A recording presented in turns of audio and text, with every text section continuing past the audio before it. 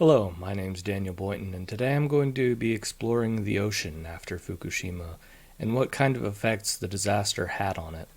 The Fukushima Daiichi incident began March 11th, 2011.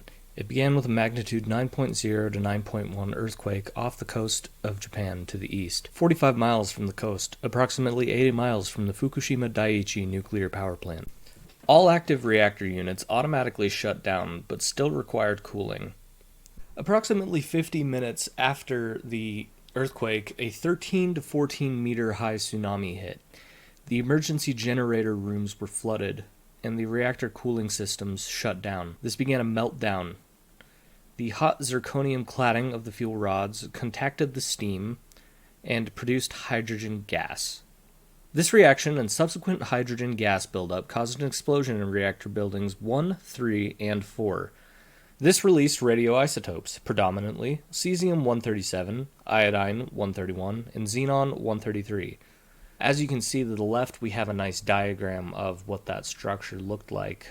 In reactor units 1 and 3, the roof blew off because of the hydrogen gas, whereas in reactor unit 2, the torus erupted. After the hydrogen gas explosions and the explosion of the torus in unit 2, water was released from the station, some through ground leakage and others intentionally. Along with the radioisotopes released into the area from the explosions, about 10,000 tons of contaminated water was released into the ocean to make room for the storage and treatment of more dangerously contaminated water. The most common and concerning radionuclides released were cesium-134 and cesium-137.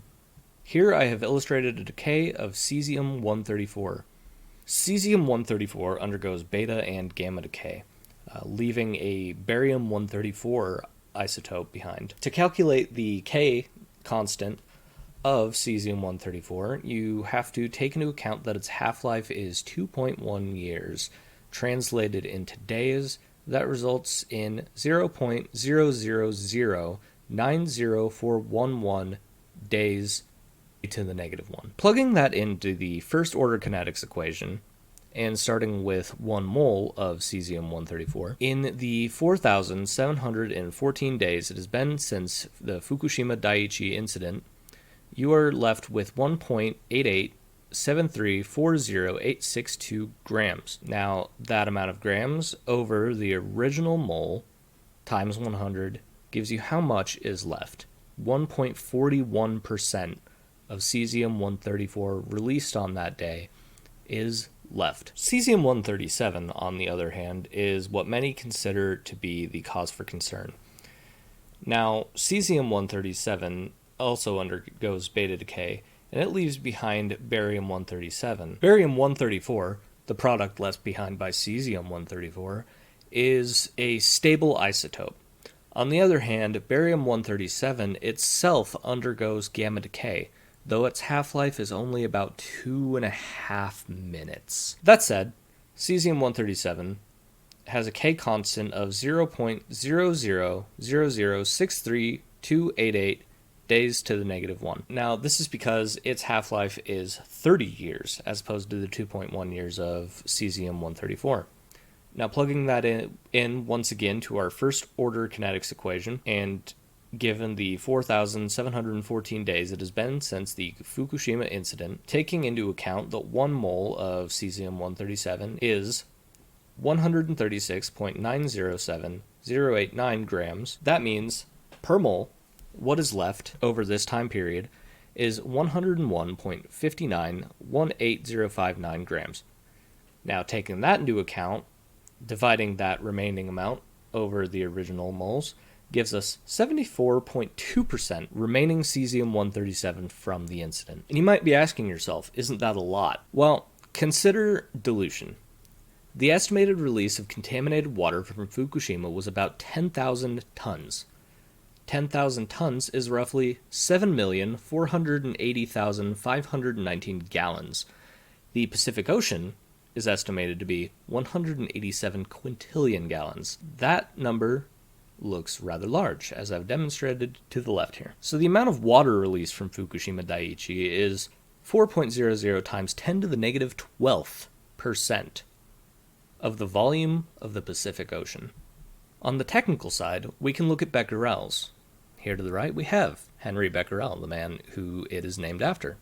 1 becquerel represents a rate of radioactive decay equal to 1 disintegration per second. Observing levels of cesium-137, we initially had 50 million becquerels per square meter near the plant. That said, within the year, that level had dropped to 4,500 becquerels per meter squared. In 2015, the highest detected levels were 201 becquerels per meter squared. In the same year, the highest level detected off the US coast was 11 becquerels per meter squared. The US limit allows for 7,400 becquerels per meter squared in drinking water. And here's some more perspective for us in the US.